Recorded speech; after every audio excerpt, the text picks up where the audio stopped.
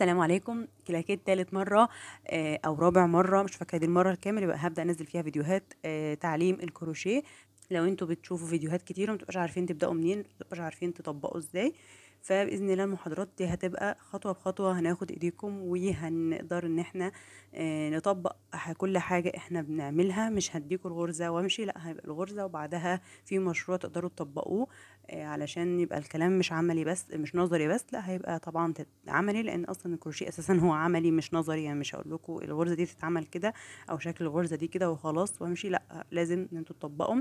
ودي من اهم الحاجات او من اهم النقط اللي هنبدا بيها، ان انتوا لازم تخصصوا لكم ساعه يوميا. لو انتوا حاطين الخطه بتاعتكم ان انتوا او انتوا عايزين في الاجازه ان انتوا تتعلموا كروشيه، فالكروشيه لازم يبقى ساعة يوميا، ده على الأقل جدا. يعني لو عندكم أكتر يبقى أحسن. تمسكوا الإبرة وتعملوا أي حاجة، حتى لو هتعملوا حاجة وتفكوها، يعني ما تقلقوش من حتة الفك دي، ما تخليوش الحتة دي تحبطكم. تمسكوا الخيط والإبرة. خدنا النهاردة غرزة الحشو، نطبق على غرزة الحشو. نطبق إيه بقى؟ هقول لكم طبعا في آخر الفيديو تطبقوا إيه. يعني في آخر كل فيديو هيبقى فيه واجب عملي تطبقوه، وهسيب لكم الفيديو اللي تعملوا منه المشروع اللي هتطبقوا عليه الغرزة ده. هيبقى يعني مناسب، المشروع ده مناسب للدرس اللي احنا خدناه بالظبط، ولا زيادة ولا أقل. فعشان ما تحتروش كتير وتتوتروش كتير، ان شاء الله بإذن الله الفيديو هيكون كل محاضرة مجمعة، وهكون مجمعة لكم الواجب العملي، وهكون بقول لكم طبعا الغرزة، وهقولها مرة واثنين وثلاثة، هعيدها. الفيديوهات هتبقى كل أسبوع فيديو. هضمن لكم ان انتوا بعد 7 فيديوهات، بعد 7 أيام بس، هضمن لكم ان انتوا بإذن الله بإذن الله بعد توفيق ربنا طبعا، ان انتوا تكونوا احترفتوا الكروشيه. كل حاجه انتوا عندكم عنها اطلاع ومعرفه بخصوص الكروشيه. اي مشروع هتقدري باذن الله انك تنفذيه، لانك هيبقى معاكي الاساسيات واكتر شويه كمان. وهتبقي عندك اطلاع بالخيوط وانواعها، اطلاع بالغرز الاساسيه، وكيفيه القفل، واطلاع كيفية التزايد والتناقص، واطلاع بالدوائر، المشاريع اللي بتبقى دائرية. فهتبقي يعني ان شاء الله الكورس باذن الله هيكون ملم بأساسيات الكروشيه. ابدأي بالكروشيه واحدة واحدة، حاجة حاجة، تعلمي الغرز، وبعد كده طبقي مشاريع مناسبة للبداية. يعني دي مش حاجة وحشة ان انا ابدأ بحاجة واحدة واحدة واخد رحلتي كده واحدة واحدة بالراحة، في زمن كل حاجة فيه سريعة، انا عارفة. بس معلش، هو الكروشيه طبعه كده، او زي ما احنا بنبدأ من الغرزة وبنقعد بنقعد بالأيام على بال ما نوصل لنتيجة نهائية، فاحنا محتاجين برضو نبدأ في تعلم الكروشيه، ونبدأ بالايام وبالاسابيع وبالشهور، لحد ما نوصل لدرجه الاتقان اللي نكون راضيين فيها عن المنتج النهائي، ان احنا نبيعه ونطلعه. يعني ان شاء الله باذن الله ربنا يكرمكم باوردرات حوالي شهر ونص. فممكن قبل نهايه الاجازه تكوني اتقنتي الكروشيه بقى، وتقدري تعملي بقى مشاريع للشتاء باذن الله، وليكي ولقرايبك. الادوات اللي محتاجينها علشان نبدا وعلشان نجهزها للفيديو الجاي. اول حاجه طبعا محتاجين ابر كروشيه او ابره كروشيه، مش لازم ابره كروشيه. هنا معانا ابر الومنيوم بالشكل ده، بيبقى مكتوب عليها الرقم بالانجليزي كده، بيبقى مكتوب عليها الرقم بالانجليزي وجنبها ام. ده ملي. الاربعة دي ابره رقم 4، ودي ابره رقم 6. تمام. وفي ابر بتيجي بالسيليكون، وفي منها انواع كتير، وفي منها انواع غاليه وانواع رخيصه. دي تقريبا ب20 جنيه ولا ب15 جنيه، مش فاكره. برضو دي مكتوب عليها، بيبقى مكتوب هنا رقم الابره 3 ملي، وهنا الابره دي مكتوب عليها هنا 2.5 ملي.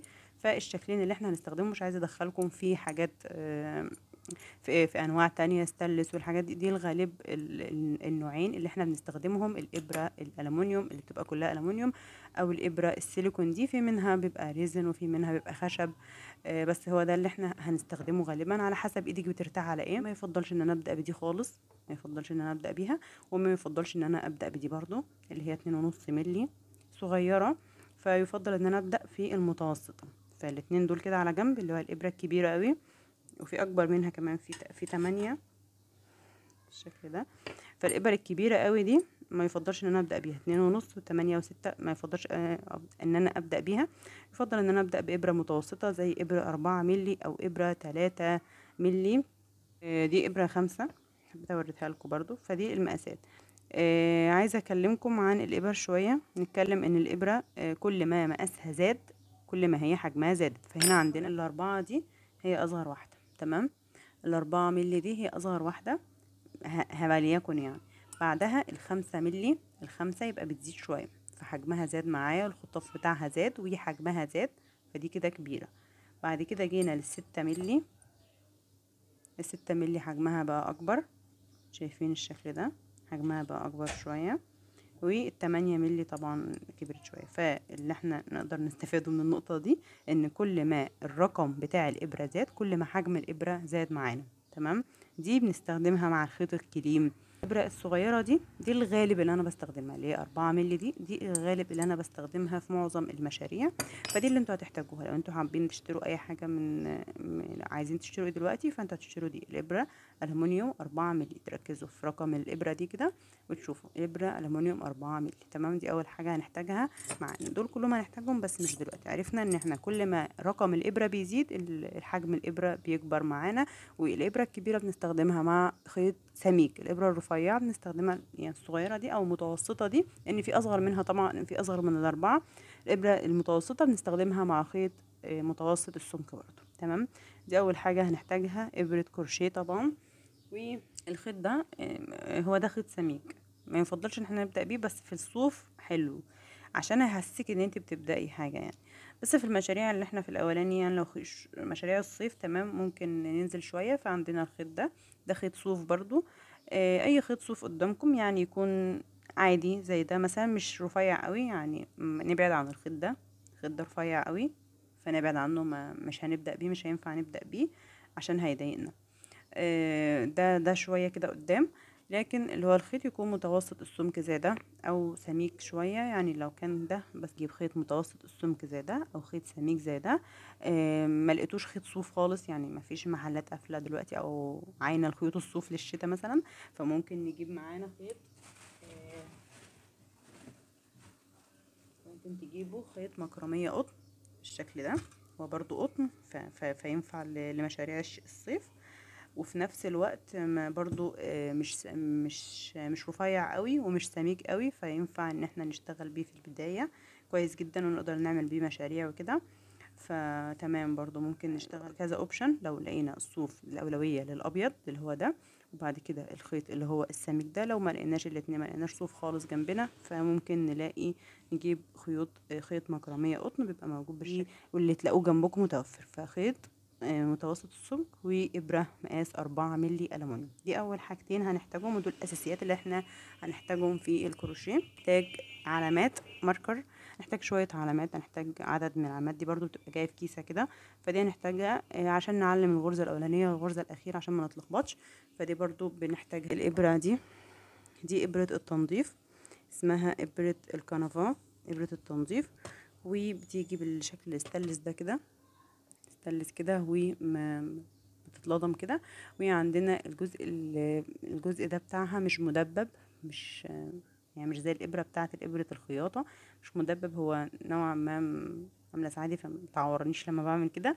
فدي برضو بستخدمها علشان أنظف بيها الخيوط في نهاية الشغل. فهنا قلنا خلي كده الخيوط جنب بعض. والحاجة اللي احنا هنحتاجها يبقى هنا إبرة التنظيف، إبرة كروشيه، والعلامات. إبرة التنظيف التانية بقى، يعني بما ان قلنا إبرة التنظيف، لو ما لقيتوش الستانلس دي في البلاستيك بيكون جاي في كيس كده عدد مع بعض كده، دول بيبقوا جايين في كيسة كده برضو، دول بينفع انضف بيهم برضو ساعات، بينفع اداري بيهم الشغل. بس انا بفضل الستانلس اكتر يعني. فلو ما لقيتوش الستانلس يبقى هاتوا البلاستيك، بس الاولوية للستانلس زي ما انتوا شايفين. فدي برضو إبر تنظيف، ممكن بلاستيك ممكن ستانلس زي ما انتوا شايفين اللي انتوا حابينه يعني. بس كده خلاص، ما عدناش محتاجين بقى طبعا مقص، فده ممكن اللي يبقى موجود عندكم في الاول دلوقتي. مقص، اي مقص مش لازم ده يعني، اي مقص عندكم في البيت.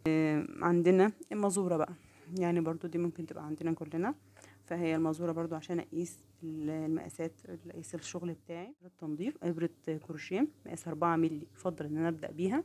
وخيوط الاولويه الخيط متوسط السمك، ما لقيتش يبقى سميك، ما لقيتش خالص والدنيا مش نافعه عندي، فمكرميه قطن زي ده، بس انا مستبعداه عشان ما يبقاش في الصوره بتاعتنا كده. دي الحاجات اللي انا محتاجاها علشان ابدا كروشيه. الابر دي يعني الابر دي تمام. عايزين تجيبوا كام ابره معاكم تحطوها عشان لو احتجتوه بعد كده وانتوا بتغيروا انواع الخيط. هاتوا انواع، هاتوا بعد الاربعه هاتوا 3 وهاتوا 5، فدول برضو هتحتاجوهم اكتر حاجه ال3 وال5.